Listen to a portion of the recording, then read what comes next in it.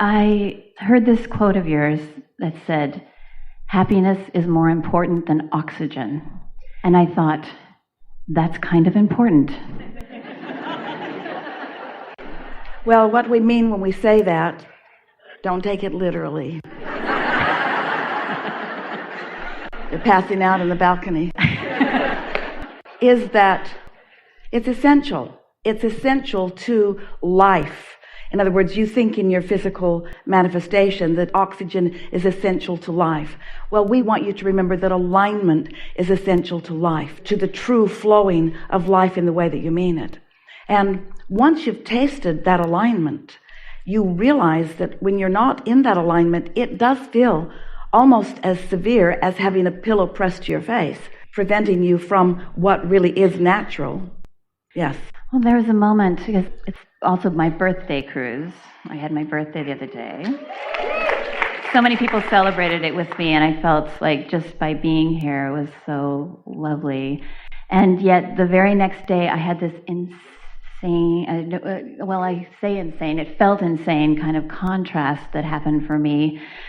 So going from a really high to a real low, and I know I am not sure what the question is around that, but we were going to play with you just a little bit about celebrating your birthday as if every day is not same. In other words, every day the larger part of you is reemerging into you all over again. Every day the source within you is refocusing within you. And so the true essence of what your birthday represents is happening all day, every day. What do you think brought about the contrast? What made you feel different the day after? It was so reality-based. It's about my job. It just felt like it's, it almost feels silly to talk about. It is silly. Yeah. Especially when you're not feeling it now. But the tendency is to believe that you have to get to the bottom of the contrast instead of just acknowledge it. And that's what we were wanting to get at with the question. Contrast always means what? You're focused apart from your inner being. But it also is pointing at something that matters to you. And it's interesting how a birthday celebration, what does a birthday celebration represent to you? Or to most, what does it usually mean? Well, it used to mean another year, some of the things that I hadn't done, it kind of felt on the contrasty side, but this one felt like I helped in the orchestration, that just by learning in 2014 that you were even doing this trip, it felt like, well, I know it's... The reason that we were asking this is because the way you structured this presentation of your question, and we think it is accurate the way that you did it, you were making some comparison between the high flying that you were feeling on your birthday and the not so high flying you were feeling the day after. And so remember when we were talking, we talk about it all the time, that every subject is really two subjects, wanted and absence of it. And so something about the focusing on, something wanted, the celebration, is there something in that you think that left you feeling lackful when you took your attention away from that? Could your discomfort that you are calling contrast be as simple as not focusing with as many high-flying intentions as you did the day before? That's the thing about those of you who are learning to come into vibrational alignment with who you are. You can't stand it otherwise, and that's a good thing. That's a good thing. You can't go back. So when you reach and connect and get into that receptive mode, then next time that you're not doing it, you feel it in a stronger, more emphatic, more guidance way. So we want you to focus with us just for a little bit about what focusing on your birthday celebration represented to you. Okay. I felt joyous. Because I knew I was with a group of people that celebrate like I do. Yeah. Is that same group of people going to go everywhere with you? Was that same group of people with you the next day even? I see, yes. We want celebrations and we want birthday parties, and most of all, we want cake. But what we really want you to focus on just a little bit here is that you have the potential of that kind of celebration, that appreciation of self, that appreciation of life, that appreciation of being here in this time-space reality, that appreciation of being surrounded with others who adore you and who you adore. That's what that's all about. And so we just want you to realize that every day can be like a birthday celebration, and every moment of every day can be like the party. But we want you to identify what you were especially doing in that celebration that was working so well for you. Because when something suddenly isn't working, right on the heels of something that really was working, it helps you to identify both what wasn't working and why, and what was working and why. And this is what contrast is supposed to do for you. It's supposed to assist you in more deliberate focusing, not responding to a party, not responding to the conditions of a party, but focusing with the intention of what? Of aligning with who you really are. So are you getting what we're getting at? Because right after I heard about the cruise in Alaska in 14, I started pre-paving right there. Like I was didn't know how it was going to happen. And it just seemed, this dance of the whole year on how it happened. And it was so brilliant. The masterminding groups and rampages of appreciation. And it felt like I was the conscious part of it all. Well, we're happy to have this conversation because in the same way that you can sometimes feel a little let down the day after a birthday, you can have a little let down when you're not on the cruise. In other words, all that pre-paving and all that pre-paving and all that pre-paving, and then the crescendo, bam, and that's what we are really wanting to help you talk yourselves out of. Because when you set those goals, when you look for those things that are off in the future, and then you close through time and you achieve them or you accomplish them, if you haven't become one who has convinced yourself of the never-ending, ongoing nature of surprises and delights unfolding for you, that is why life disappoints so many people. They set a goal and they look forward to the goal, but they are not yet, in many cases, in most cases, enjoying the never-ending unfolding. And that's why you can sort of crash and burn.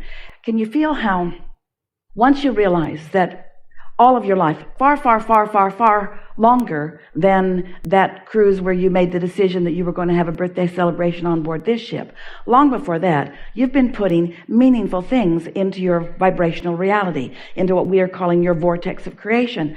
All kinds of components being put there by you.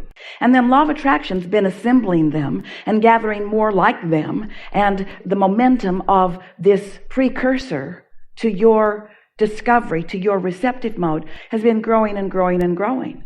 What we want all of you to feel is the exhilaration of the moment in time when that in your vortex has culminated to the point and you are in the vibrational vicinity close enough that you recognize that.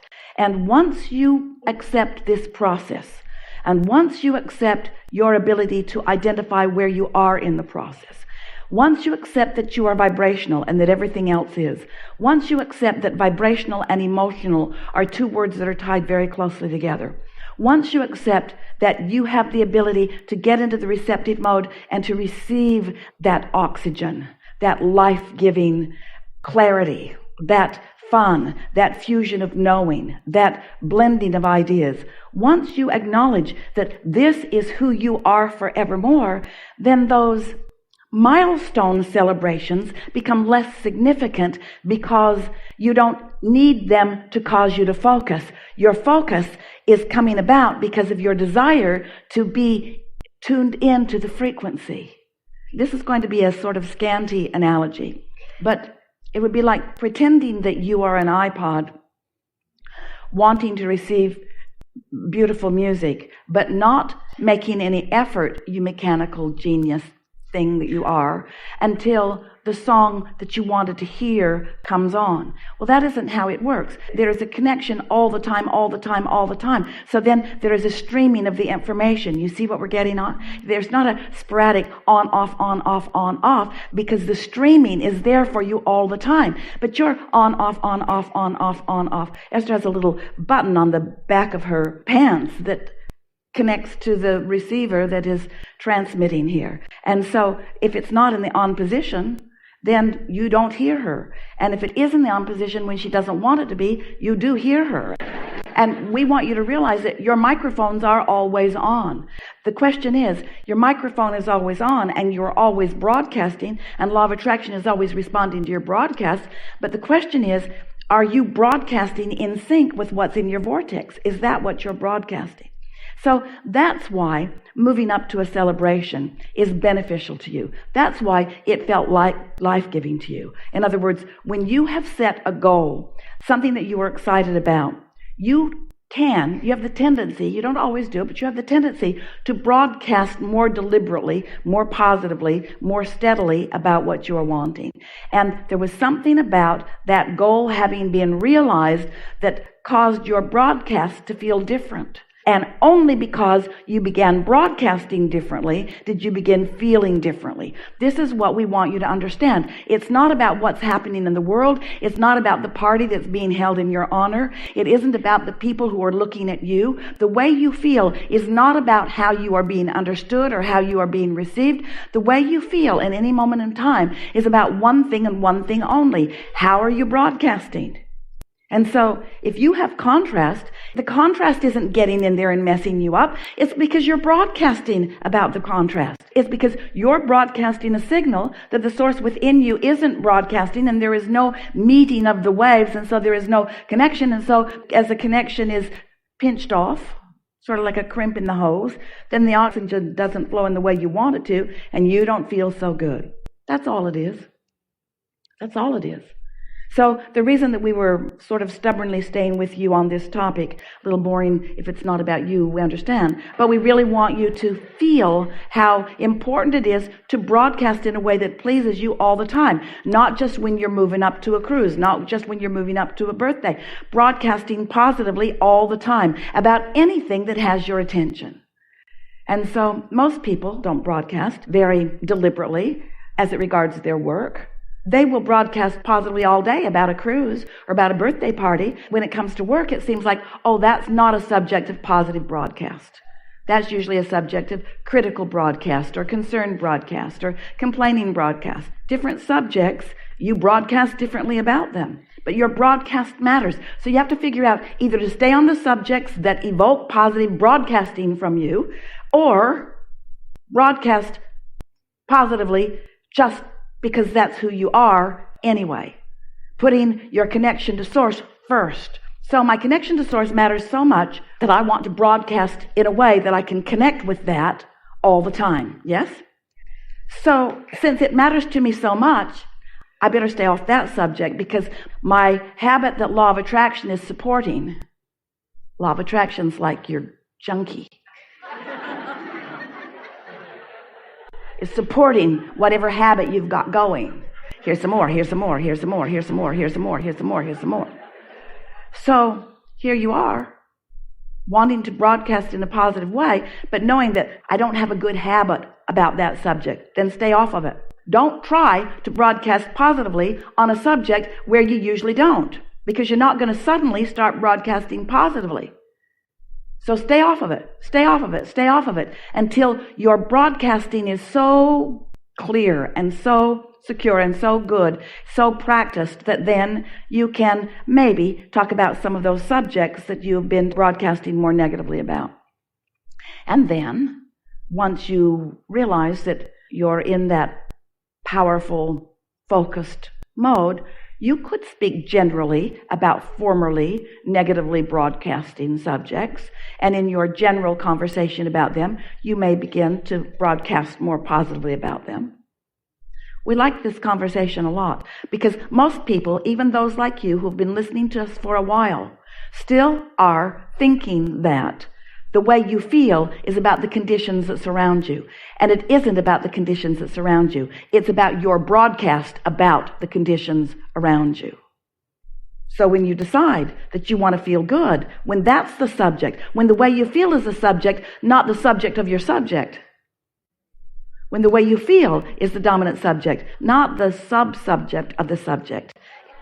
The way you feel is the subject. So, you want to talk about work? No, I don't broadcast well on that subject yet. Want to talk about your ex-husband? God, no. All right?